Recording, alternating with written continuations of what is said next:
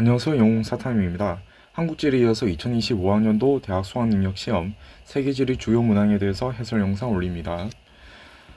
처음 살펴볼 문항은 5번 문항인데요. 5번 문항의 정답률이 메가스터디 기준으로는 대략 한 56% 정도 나오고 있습니다. 동남아시아 국가에 관한 내용이고 가에서 다른 연결을 해줘야 하는데요. 자, 그래서 가 같은 경우에는 주민 대부분이 불교를 믿고 미얀마, 캄보디아와 국경을 접하고 있다고 되어 있습니다. 미얀마와 국경을 접하고 있다는 것은 인도, 중국, 타이 세 개 국가 중 하나인데 캄보디아랑도 국경을 접하고 있으려면 타이밖에 안 되죠. 가가 타이가 되고요. 자, 타이에서 4월 중순을 전통적인 새해의 시작으로 여겨 기념하는 축제는 송크란 축제가 됩니다. 자, 그 다음에 나 같은 경우에는 인도 차이나 반도에 위치한 남북으로 긴 형태의 국가라고 나오고 있습니다. 자, 그리고 전통적인 의상으로 아우자이가 있고 쌀국수가 있다라고 되어 있습니다. 따라서 베트남이 되죠. 자, 그 다음에 다 같은 경우에는 싱가포르와 국경을 접하고 있다라고 되어 있습니다. 자, 싱가포르 같은 경우에는 말레이시아와 국경을 둘러싸고 있는 형태이기 때문에 다는 말레이시아가 되죠. 자, 기억에서 송크란 축제는 우기가 끝나는 시기에 개최된다. 우기가 끝나는 시기가 아니라 시작되는 시기라서 틀린 선지가 됩니다. 다소 좀 지엽적인 선지 중 하나였고요. 니은에서 타이와 베트남은 국경을 접하고 있다. 틀린 선지가 됩니다. 자, 디귿에서 베트남은 말레이시아보다 쌀 수출량이 많다. 그렇죠. 맞는 선제되어서 정답은 2번이 되는 선제 문항이었습니다. 자, 그 다음에 8번 문항으로 들어가 보겠습니다. 8번에서는 남미에서의 주요 도시와 인구 분포 문제가 출제되었는데요. 사실상 도시에 대해서 물어보는 문제였습니다. 출제된 국가가 콜롬비아가 있고요. 브라질이 출제되었고, 자, 그 다음에 칠레가 나와 있고, 우루과이가 나와 있습니다.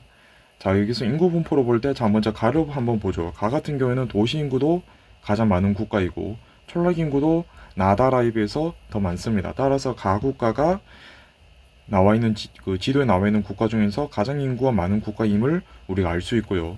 남미에서는 브라질이 인구 대국이기 때문에 인구가 가장 많은 국가이기 때문에 브라질이 가로 연결이 됩니다. 자, 그 다음에 나다라 중에서는 수도 인구를 통해서 접근을 해줄 수가 있는데요. 자, 여기서 보게 되면 우루과이는 수도가 몬테비데오가 되는데 규모가 제일 작죠. 자, 그 다음에 칠레 같은 경우에 나와 다에 비해서 규모가 가장 작죠. 자, 그리고 칠레 같은 경우에는 수도 산티아고가 50에서 100만 사이로 나타나고 있고요. 콜롬비아의 수도 보고타가 1000만 이상의 규모를 가지고 있는데요. 제가 지금 여기서 말씀드리면서 수도를 다 말씀드렸지만, 뭐 브라질의 수도 브라질리아를 제외하고 나서는 수능 특강이나 수능 완성에서 다른 국가들의 수도에 대해서는 명시적으로 깊게 설명하지 않고 있기 때문에 그냥 참고용으로만 들어주시면 좋을 것 같고요. 자, 여기서 나 같은 경우에는 수도 인구가 1000만을 넘어가고 있습니다. 따라서 인구 규모 1000만 이상의 도시랑 갖고 있는 콜롬비아가 나로 연결이 된다는 거죠. 자, 그 다음에 다 같은 경우에는 수도권의 인구 규모가 수도의 인구 규모가 668만이 나오고 있습니다. 500만에서 1000만 사이에 도시를 가지고 있는 칠레가 다로 연결이 됩니다. 자, 그 다음에 우루과이 같은 경우는 남은 라로 연결이 되는데요. 자, 우루과이 수도 몬테비데오로 보게 되니까 100만에서 500만 사이에 도시를 하나 가지고 있죠. 여기가 몬테비데오 수도가 되는데 라에서 수도 인구로 보게 되면은 174만으로 조건을 충족해 주고 있습니다. 자, 1번에서 보게 되면 브라질의 수위 도시는 수도이다라고 되어 있는데 브라질의 수도인 브라질리아가 브라질 내에서 인구 1위 도시가 아니기 때문에 1번은 틀린 선저됩니다. 자, 2번에서 다에는 잉카인들이 높은 산 위에 건설한 마추픽추가 있다고 되어 있는데 이 부분은 페루에 대한 설명이죠. 틀린 선저됩니다. 3번에서 우루과이 수도 몬테비데오는 콜롬비아의 수도 보고타보다 수도의 해발 고도가 높다라고 되어 있는데 콜롬비아의 수도인 보고타는 안데스 산맥에 걸쳐 있지만 우루과이 수도인 몬테비데오는 남미 해안가에 위치하고 있다는 거죠. 따라서 수도의 해발 고도는 콜롬비아가 더 높습니다. 3번은 틀린 선제되고 4번에서 나와 다는 모두 종주 도시화 현상이 나타난다 라고 되어 있는데요. 뭐 수능 특강이나 수능 완성에서 개념으로서 직접적으로 설명하지 않고 있긴 하지만 선지라든지 아니면 문제에서 이 종주도시화 현상에 대해서 남미 국가들이 어떻게 나타나고 있는지는 중요한 개념 중 하나이고요. 그 중에서도 특히 콜롬비아와 칠레가 종주도시화 현상이 나타나는 것도 알고 있어야 되는 개념 중 하나이긴 합니다. 다만 이 문제에서는 그 사실을 모르더라도 문제로 접근해 줄 수 있는 힌트들이 제시가 되어 있는데요. 자, 가령 칠레 같은 경우에는 지금 수도 인구가 668만이 나오고 있습니다. 자, 그렇다라고 한다면 종주도시화 현상이 나타나지 않으려면 제2위 인구 규모가 2위인 도시의 순위 인구 규모가 334만 정도 나와줘야 되겠죠.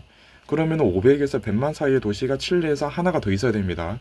근데 그렇지 않다는 점에서 칠레가 종주 도시 현상이 나타나고 있고요.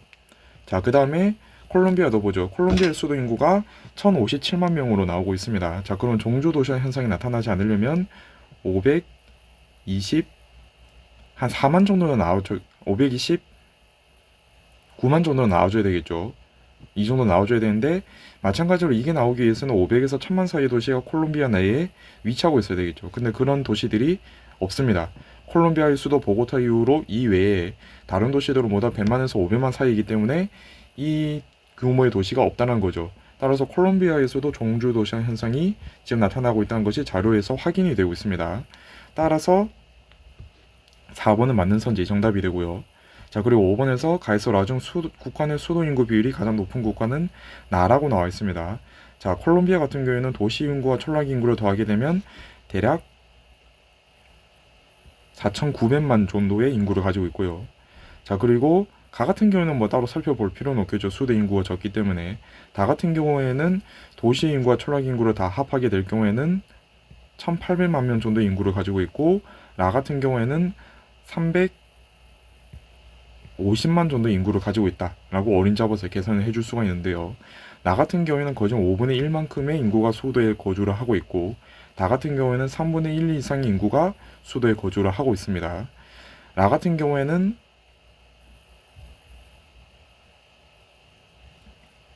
대략 한 5분의 2 이상? 이 정도의 인구가 수도에 거주하고 있다라고 어린 잡아서 계산을 해줄 수가 있죠. 따라서 나가 가장 비율이 높다는 것이 틀린 선지가 됩니다. 따라서 정답은 4번이 정답이 되는데요. 8번 문항 같은 경우에는 4번 선지 이외에 3번과 5번 선지를 고른 학생들이 많았었는데요. 5번 선지 같은 경우에는 아마 이 수도 인구만 보고 접근한 학생들이 좀 많아서 그런 것 같은 게 보이고요. 자, 그 다음에 3번 선지 같은 경우에는 아마 국가를 연결하는 과정에서 어떤 좀 어려움이 있지 않았을까라고 보고 있습니다.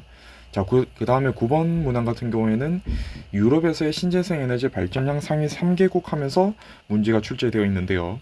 자, 사실 제가 뭐 총평영상에서도 말씀드렸던 것처럼 세계지리에서는 6월과 9월에서 동시에 신재생 에너지 문제가 출제되었었기 때문에 수능에서도 신재생 에너지 문제가 나올 가능성이 상당히 좀 높았습니다. 그리고 이 자료는 기본적으로 수능 특강에 실려있는 신재생 에너지별 전 세계 생산량 통계 자료에서 유럽 국가들을 어느 정도 추려서 만든 통계 자료라고 보시면 됩니다. 그래서 기본적으로 수능 특강에 있는 자료로서 추론할 수 있었던 문제다라고 보시면 될 것 같고요.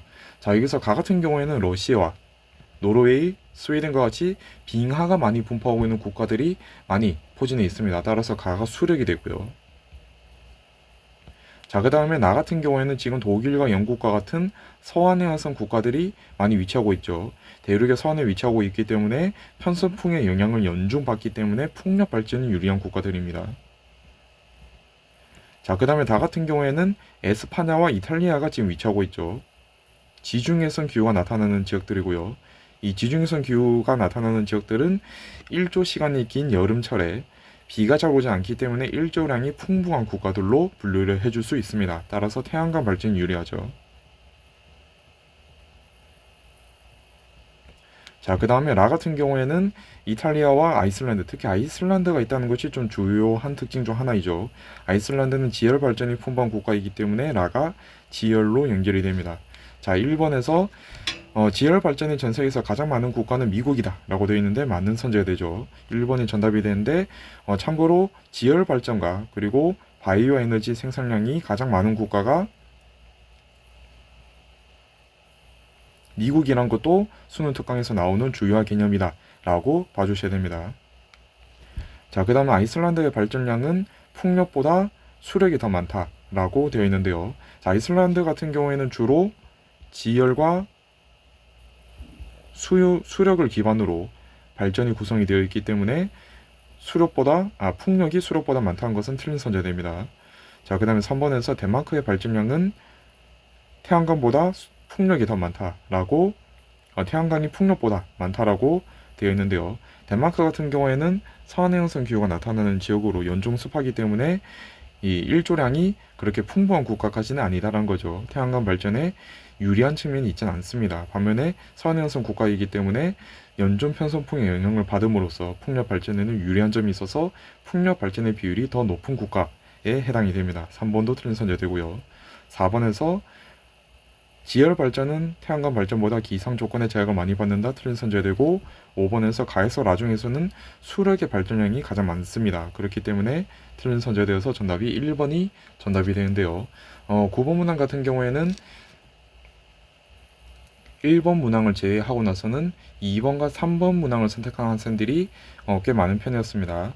2번 같은 경우에서는 아무래도 연결 과정에서 좀 어려움이 있지 않았을까 하는 생각이 들고 3번 선제 같은 경우에는 다소 좀 지역적인 성격이 있기 때문에 어려워한 학생들이 있어 보입니다.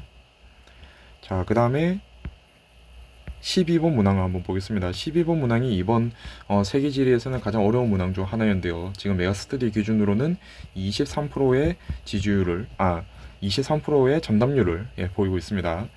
자, 여기서 가에서 많은 아메리카, 아시아, 아프리카, 오세아니아, 유럽 중 하나로 연결된다라고 되어 있는데요. 제가 총평 영상에서 말씀드렸던 것처럼 이 자료는 기본적으로 수능 특강에 실려 있는 자료를 거의 그대로 가져왔습니다. 물론 이 문제 같은 경우에는 1번 선지를 고르는 학생들이 54%고요. 그 다음에 5번 선지 정답을 고르는 학생들이 23%였습니다. 그래서 많은 학생들이 결국에는 리얼 선지에서 갈렸다라고 볼 수가 있는데요. 리얼 선지 자체가 결국에는 이 자료보다는 오른쪽에 있는 A와 B를 일본인지 미국인지 연결하는 이 과정에서 이 선지가 맞는지 틀리는지 판단하는 과정에서 어려움이 있었을 것이다 라고 보고 있고, 그만큼 자료를 해석하는 것 자체는 어렵진 않았었는데 리얼 선지가 가지고 있는 지엽성 때문에 많은 학생들이 틀린 것으로 보이고 있습니다. 자, 일단은 그래도 접근을 해보면, 자, 여기서 가와 다가 다른 대륙들과 다르게 수출량보다 수입량이 더 많습니다. 곡물의 수입량이 많은 대륙인데 아시아와 아프리카가 여기에 해당이 되고요. 자, 그 중에서 수입량이 더 많은 다가 아시아로 연결이 되고 가가 아프리카로 연결이 됩니다. 자, 그리고 수출량의 규모가 가장 작은 나가 오세아니아로 연결이 되고요. 대륙의 규모가 가장 작기 때문에. 자, 그 다음에 유럽과 아메리카 중에서 인구 밀도가 낮고 곡물의 생산량이 많은 아메리카가 마로 연결이 되고 유럽이 라로 연결이 됩니다. 자, 그리고 나서 선제로 한번 들어가 보겠습니다. 나의 곡물 수출량 중 밀 수출량이 가장 많다라고 되어 있는데요. 오스트레일리아가 이 밀 수출의 가장 대표적인 주요 국가 중 하나이기 때문에 기억은 맞는 선제됩니다. 자, 그 다음에 니은에서 라인은 소사육두수가 가장 많은 국가라고 한다면 브라질이 되죠. 자, 근데 브라질 같은 경우에는 남미에 위치하는 국가이기 때문에 아메리카 대륙 마에 위치한다라고 봐줘야 합니다. 자, 그래서 틀린 선제가 되고요. 자, 그 다음에 디귿에서 아메리카에는 옥수수의 세계 최대 수출 국가가 위치한다. 미국에 대한 설명이죠. 그래서 디귿은 맞는 선제가 되고요. 자, 그 다음에 리을에서 A는 미국이고 B는 일본이다 라고 되어 있는데, 자, 이 A가 미국이라는 것에 그렇게 의문을 가진 학생들은 많지는 않아 보이지만 B가 일본인지 아닌지를 판단하는 과정에서 학생분들의 어려움이 많았을 것으로 보입니다. 자, 수능 특강 수능 완성에서도 세계 식량의 주요 수입국으로서 멕시코와 일본이 있다 라는 표현이 언급이 되고 있고요. 또 그리고 세계 식량 통계 자료로 수입 통계 자료로 보더라도 전반적인 작물에서 중국과 일본의 순위가 전반적으로 높게 나타난다는 특징도 또 나타나고 있습니다. 그렇기 때문에 12번에서 그렇기 때문에 이 리을 선지가 맞는 선지가 되고요. 자, 그래서 정답이 5번이 되는데 이 리을 선지가 가지고 있는 지역성 때문에 아마 많은 학생분들이 1번을 선택함으로써 오답률이 높아진 것으로 보이고 있습니다. 자, 그리고 13번 기후 문제를 한번 보도록 하겠습니다. 자, 기본적인 문제의 구조 자체는 기존에 출제되던 기후 문제의 유형을 거의 그대로 가져왔던 편이었고요. 학생분들은 뭐 1조 시간이라든지 태양의 남중고도 이런 자료들이 활용이 되면 어려워하는 편이긴 한데, 그런 부분들은 뭐 다른 기후 문제에서도 그렇고 주로 선지로서 활용이 되고 통계 자료로서 나오지 않았습니다. 그만큼 기후 문제에 대한 난이도는 과거에 비해서는 조금 그래도 완화가 되었다 라고 볼 수가 있는데요. 그럼에도 불구하고 13번 문제 같은 경우에는 정답률이 지금 메가스터디 기준으로 54%가 나오면서 쉽지는 않았던 문제로 나오고 있습니다. 자, 여기서 최하늘 평균 기온이 나와 있고 기온의 연교차가 나와 있습니다. 자, 따라서 무엇을 구해줄 수 있습니까? 최나늘 기온을 구해줄 수 있습니다. 연교차는 결국에는 최나늘 기온에서 최하늘 기온을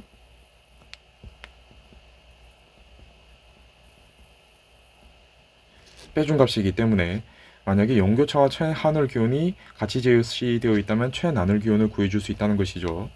반대의 경우도 마찬가지입니다. 최나늘 기온이 제시되고 기온의 연교차가 있다면 반대로 최하늘 평균 기온을 우리가 구해줄 수가 있고요. 최하늘 평균 기온과 최나늘 평균 기온이 동시에 제시되어 있으면 연교차로도 구해줄 수가 있겠죠. 자, 여기서 최나늘 평균 기온을 따라서 계산을 해보게 된다면, 자, 기온의 연교차 같은 경우에 A지역에서는 최나늘 기온이 대략 한 15.3도가 되고요. 자, B지역 같은 경우에는 19.1도가 되고 C지역에서는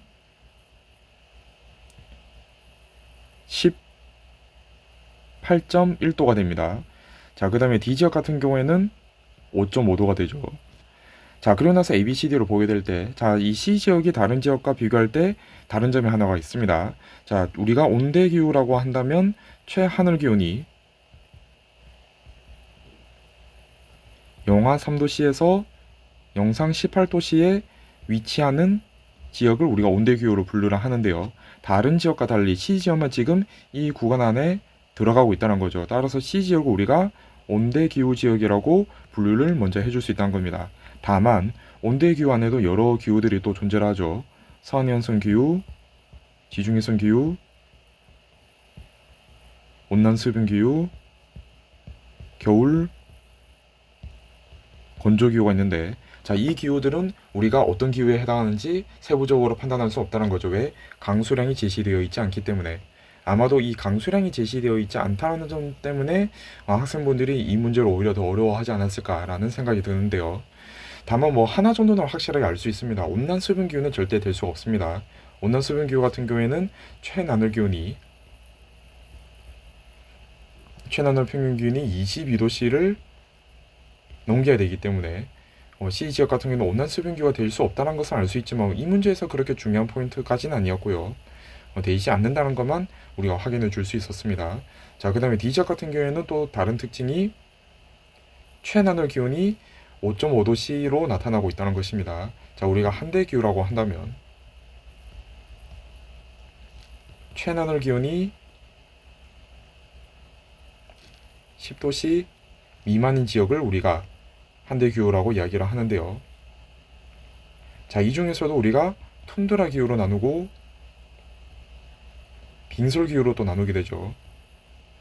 툰드라 기후는 최나늘 기온이 0에서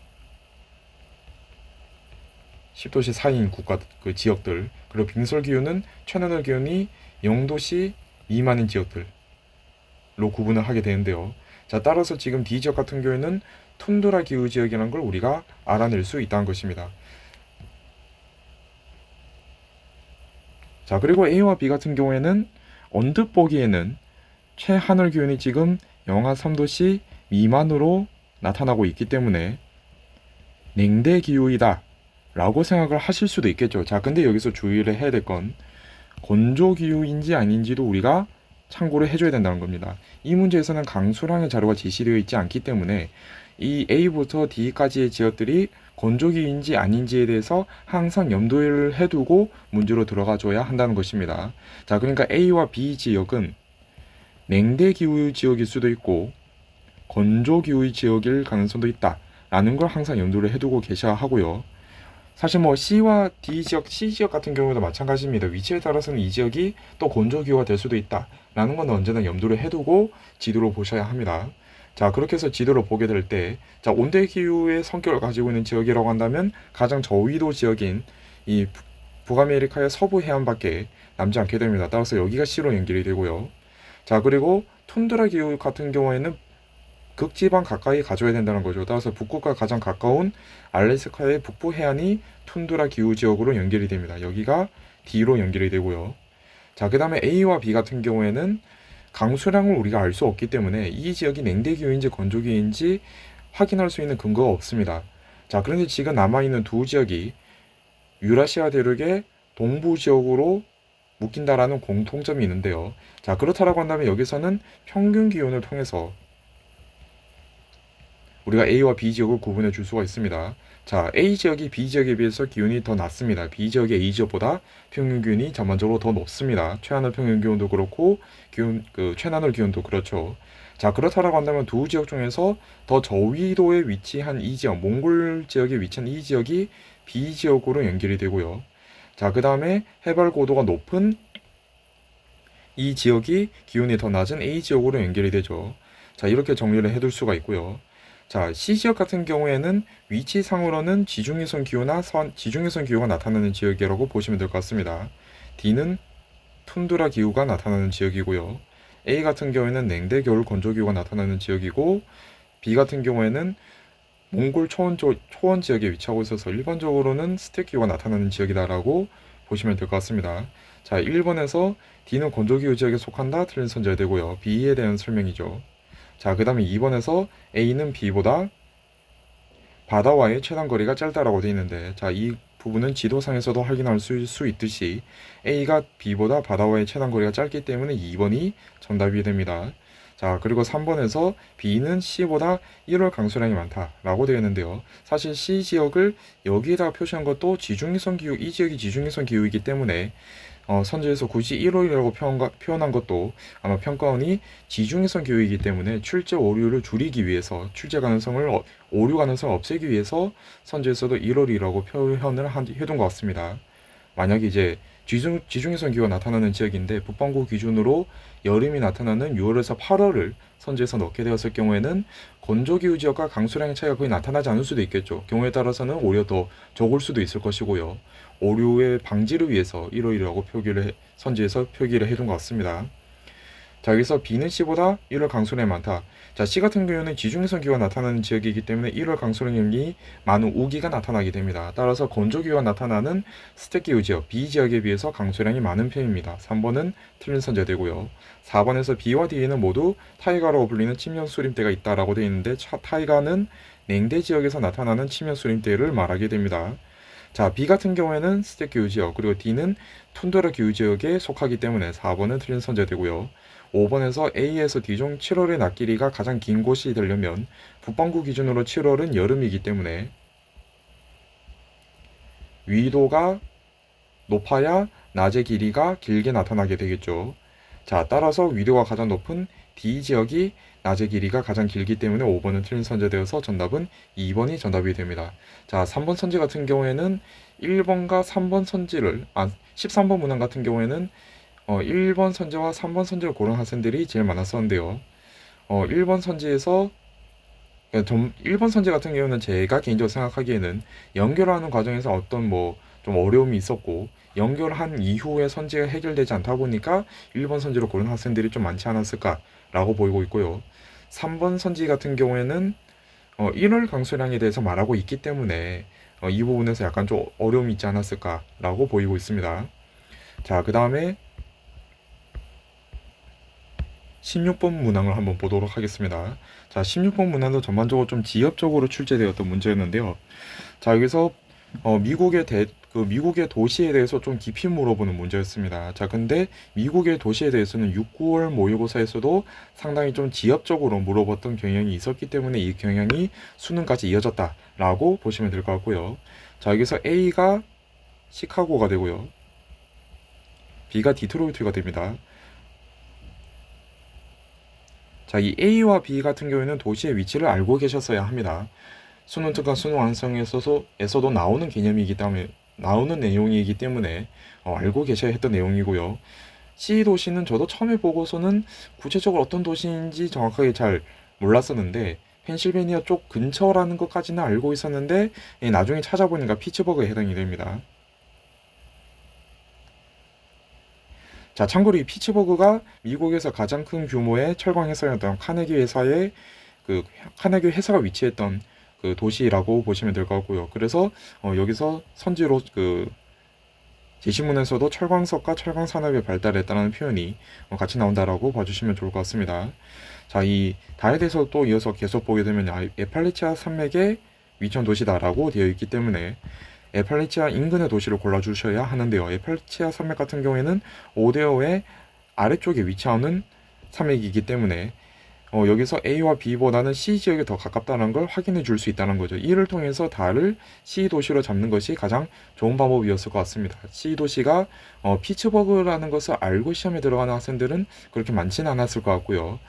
이 에팔레치아 산맥의 위치를 통해서 A와 B보다는 C가 가능성이 높다 라는 방향으로 접근을 해주셨어야 할 것 같습니다. 자, 그 다음에 가 같은 경우에는 미국에서 인구가 세 번째로 많은 규모가 큰 도시이고 고층화된 도시 스카이라인이 유명하다라고 나오고 있습니다. 따라서 시카고에 대한 설명이죠. A로 연결이 되고 나 같은 경우에는 자동차 공업이 발달되어 있다라는 내용이 나오고 있습니다. 따라서 디트로이트가 되어서 B로 연결된다는 것이죠. 1번이 정답이 되는데 16번 문항 같은 경우에는 지금 메가스터디 기준으로는 정답률이 57%가 나오고 있고요. 1번 선지가 아닌 선지로 오답을 고른 학생들 중에서는 3번 선지로 고른 학생이 22%였습니다. 자, 그러니까 가와나를 서로 바꾸어서 봤던 것이죠. 그러니까 대체로 그 가와나를 잘못 보면서 틀린 학생들이 제일 많았을 것 같다. 왜냐면 이 시카고와 디트로이트의 위치까지 암기를 하고 들어가는 것은 사실상 좀 어려운 부분도 있기 때문에 지역적인 내용이기 때문에 이 부분에 아마 학생분들이 힘들어 하셨을 것으로 보이고요. 자, 그 다음에 5번 선지로 고른 학생들도 좀 많았는데요. 자, 이 경우에 있어서는 다 지역을 잘못 잡는 과정에서 좀 어려움이 있지 않았을까라는 생각이 듭니다. 자, 그리고 18번 문항 한번 보도록 하겠습니다. 자, 18번 문항에서는 세 국가 인구 특성이 출제되었었는데요. 6월과 9월에서도 국가별 인구 특성보다는 보통 대륙별 인구 특성이라든지 이 부분이 주로 출제되었었기 때문에 출제 가능성이 좀 낮다라고 예상을 했었는데 출제가 되었습니다. 다만 문제의 구조 자체는 기존의 세계지리평가원이 출제하던 국가별 인구 특성의 문제에 충실한 기본을 맞추고 출제된 문제였다 라고 보시면 될 것 같은데요. 그래프를 해석하는 과정에서 주의할 점이 하나가 있었고 선지 해석 과정에서도 주의할 점이 한 두 가지 정도 있었다 라고 보시면 될 것 같습니다. 자, 일단 그래프를 한번 분석을 해보게 될 텐데요. 아마 많은 학생분들이 독일을 나로 잡으면서 들어가신 분들이 많이 계실 것 같습니다. 인구의 자연적 증가면서 나가 지금 감소하고 있는 것을 통해서 나 같은 경우는 인구가 감소하고 있구나 라고 보고 들어가신 분들이 많이 계실 것 같은데요. 다만 여기서 이제 주의해야 될 건 이 그래프 자체가 자연적 증감 자체를 말하고 있고 나 국가는 90년대부터 인구의 자연적 증감이 감소하고 있지만 여전히 플러스를 유지하고 있기 때문에 전반적인 인구는 자연적으로 증가하고 있다는 걸 알고 계셔야 한다. 이를 추론할 수 있어야 됐다. 라고 보셔야 한다는 거죠. 자, 그렇기 때문에 독일이 나로 연결되지 못한다는 겁니다. 독일 같은 경우는 선진국적 특성이 강한 국가이기 때문에 노년층의 비율이 높아서 인구의 자연적 증감에서 마이너스가 나타나는 국가라는 거죠. 따라서 꾸준하게 마이너스가 나타나고 있는 다가 독일로 연결이 됩니다. 자, 그 다음에 이 문제에서는 멕시코와 이집트를 연결하는 과정에서도 좀 어려움이 있지 않았을까라는 생각이 드는데요. 자, 이 산업구조에서 보게 되면 멕시코 같은 경우는 2차 산업이 중심이 되는 개발도상국적 성격이 강한 국가고요. 이집트 같은 경우에는 비교 대상에 따라서 조금 달라질 수 있긴 하지만 기본적으로 1차 산업의 비중이 나머지 두 개의 국가에 비해서 높은 국가입니다. 자, 그리고 이집트 같은 경우에는 인구 밀도도 높은 국가여서 전반적으로 저개발 국가의 특성이 강한 국가다 라고 보실 수가 있는데 독일과 멕시코에 비교했을 때 그렇다는 이야기로 봐주시면 좋을 것 같습니다.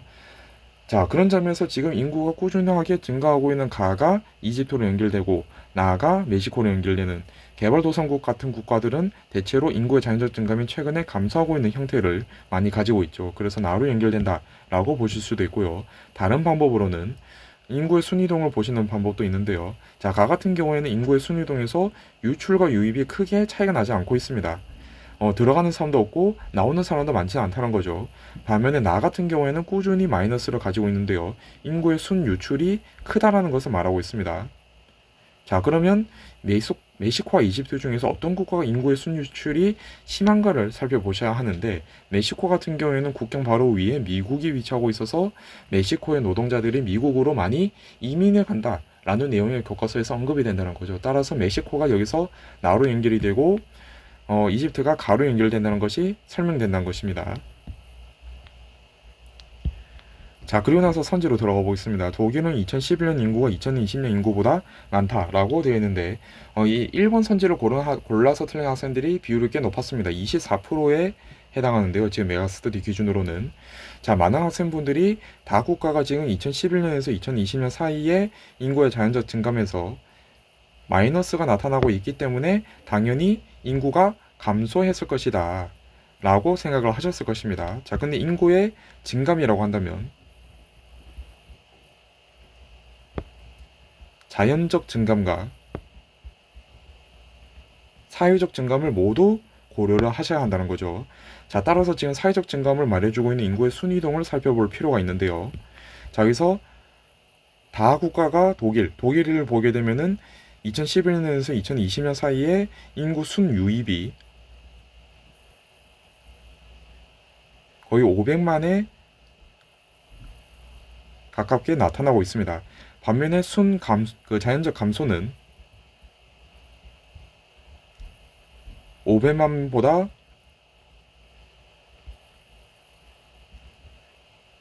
눈에 띌 정도로 적게 감소하고 있다라는 것이 보이고 있기 때문에 순유입으로 인해서 이 감소한 부분만큼이 충족이 될 것을 넘어서 오히려 인구가 증가하는데 영향을 줄 수 있다는 거죠. 그렇기 때문에 순유입이 자연적 감소보다 크기 때문에 오히려 독일 인구는 2020년이 더 증가했다라고 보셔야 한다는 것이죠. 그래서 1번이 틀린 선제가 되고요.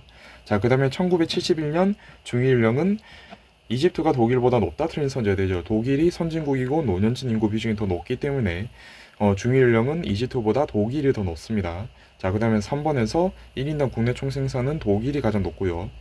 그 다음에 멕시코가 높고 이집트 순이기 때문에 틀린 선제가 되고, 4번에서 1971년에서 2000년 사이 증가한 인구가 가장 많은 국가는 멕시코이다라고 되어 있는데요.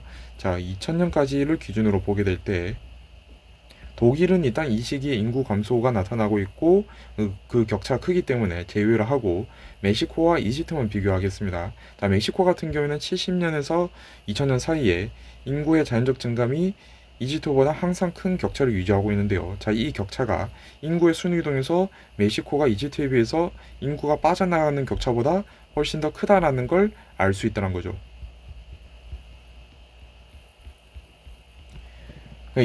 멕시코 같은 경우에는 1970년부터 2000년까지 인구가 빠져나가긴 하지만 유출되는 인구에 비해서 자연적으로 증가하는 인구가 더 많기 때문에 이집트보다 인구의 증가량이 더 많다라고 판단해 줄 수 있다는 것입니다.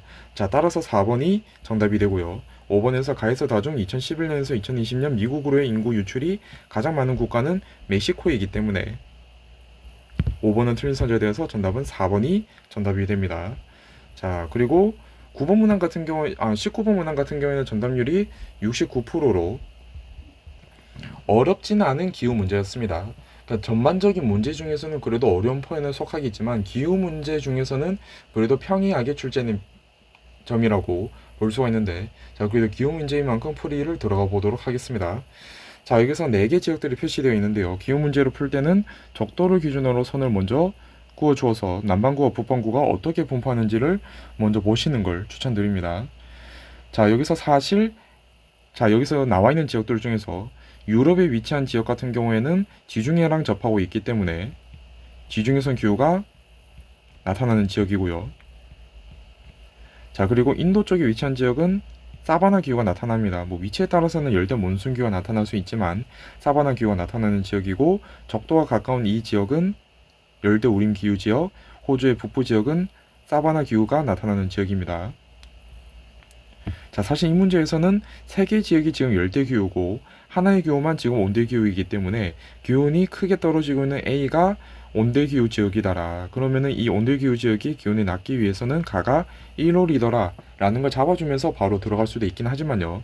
자, 이 방법 하나 말씀드리고, 그 다음에 두 번째로는 경우의 수로 나누어 가면서 왜 가가 8월이 될 수 없는지를 한번 또 말씀드리도록 하겠습니다. 자, 가가 만약에 8월이 되면 나가 1월이 될 텐데요.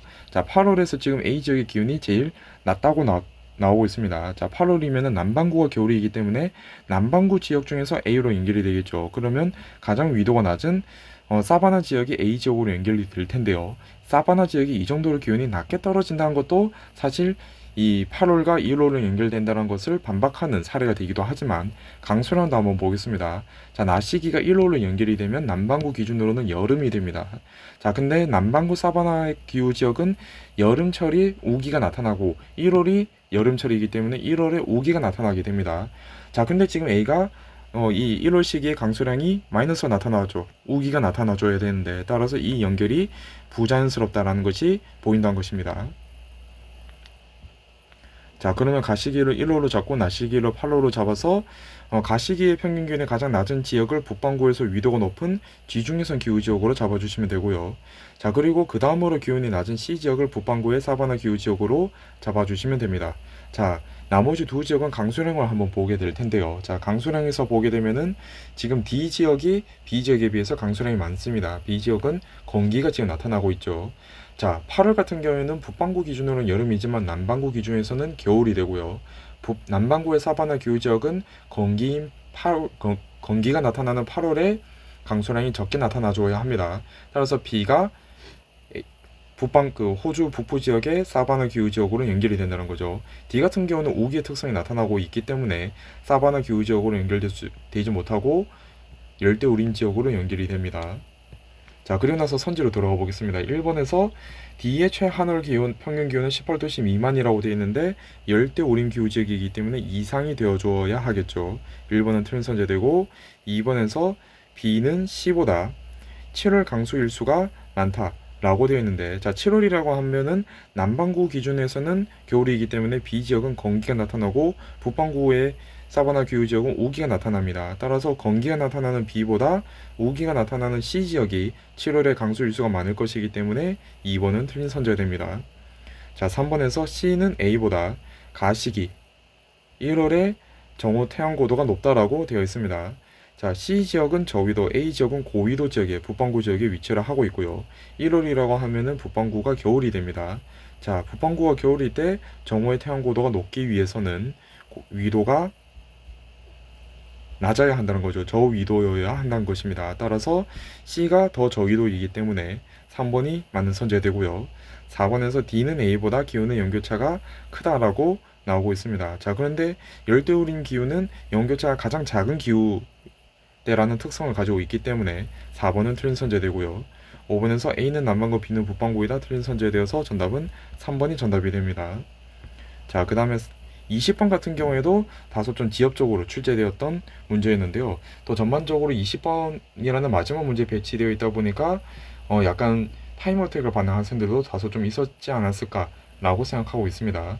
자, 여기서 유럽의 가는 하고 나오고 있는데 이 가의 수도가 브뤼셀이라고 나오고 있습니다. 따라서 여기서 가는 벨기아가 되고요. 자, 그리고 나서 보게 되면은 나 같은 경우에는 왈롱 지역이 되죠. 왈롱 지역은 프랑스어로 사용하기 때문에 나는 프랑스가 됩니다.